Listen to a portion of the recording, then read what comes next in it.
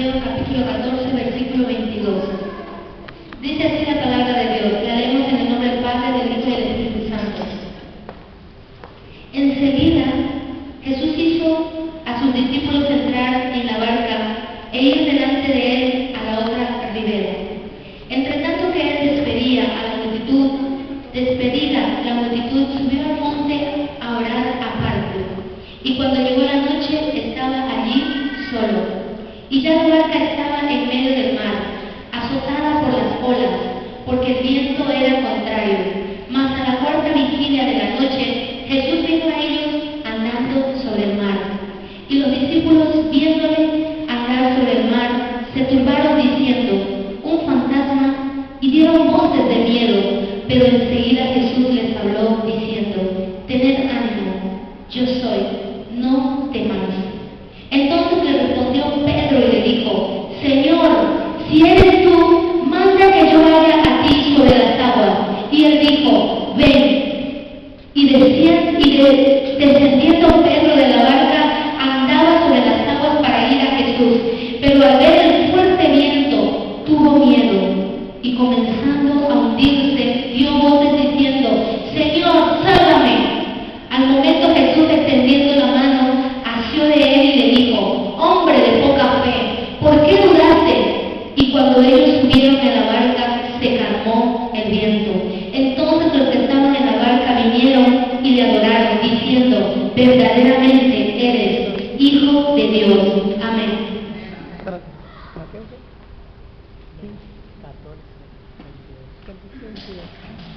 Muchas gracias, pastor. Yo quiero hablarte de esta pequeña palabra, pero grande en poder. Porque si prestamos atención a esta palabra, la que Dios puso en mi corazón, y espero que tú la recibas también, como yo la recibí. Vemos que Jesús estaba con sus discípulos y también había una multitud. Jesús los manda a sus discípulos. Quiero mandar primero la palabra, la historia. Jesús despide los manda a los discípulos delante de él a cruzar hacia la otra ribera.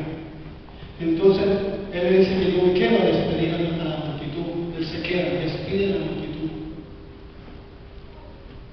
Entonces ahí vemos que la multitud, no todos seguían a Jesús, no todos estaban al lado de Jesús, sino sus discípulos. Sus discípulos estaban al lado.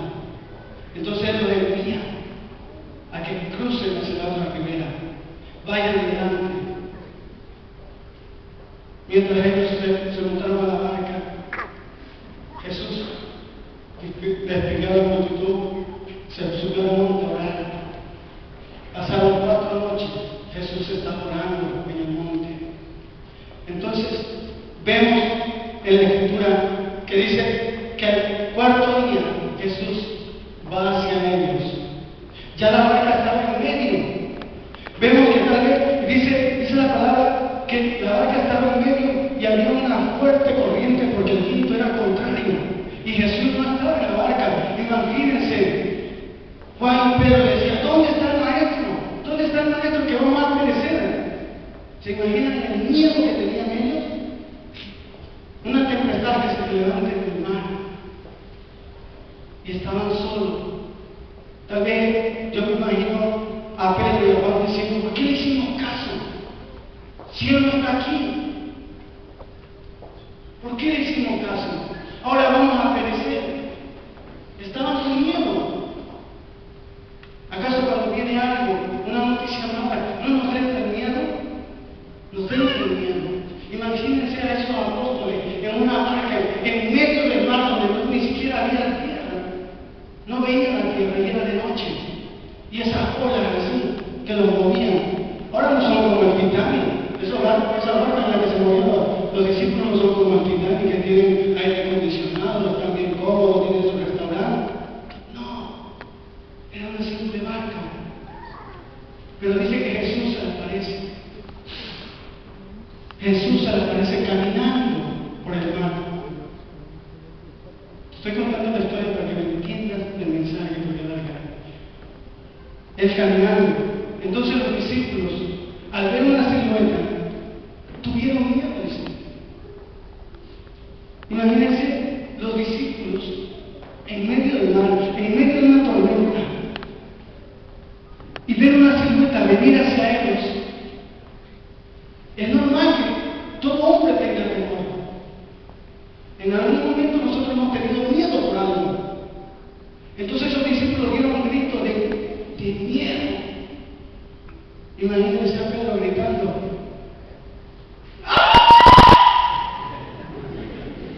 Yo me imagino así gritando, y no solamente él, todos gritando. Son gritos de miedo. ¿Cuántos han visto a los Simpsons cuando gritan en Islandia?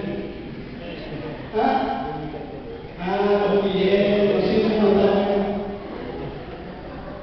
Los Simpsons no están buenos. Pero bueno, ya se estamos, pero no, porque yo también lo dije. Entonces, se imaginan esos discípulos con miedo ahí en pleno, pero dice que el Señor se acerca y le dice, no temas, soy yo. Y entonces yo sé que aquí hay gente como Pedro, gente que dice, Señor, si eres tú, mándame para allá. ¿Cuántos Pedro hay en esta mañana aquí? A ver, ¿cuántos hay aquí? ¿Cuántos esos Pedro? ¿Cuántos hay aquí esos que no le tienen miedo a nada? Hay muy pocos. Pero yo sé que tú vas a salir de aquí en esta mañana como Pedro.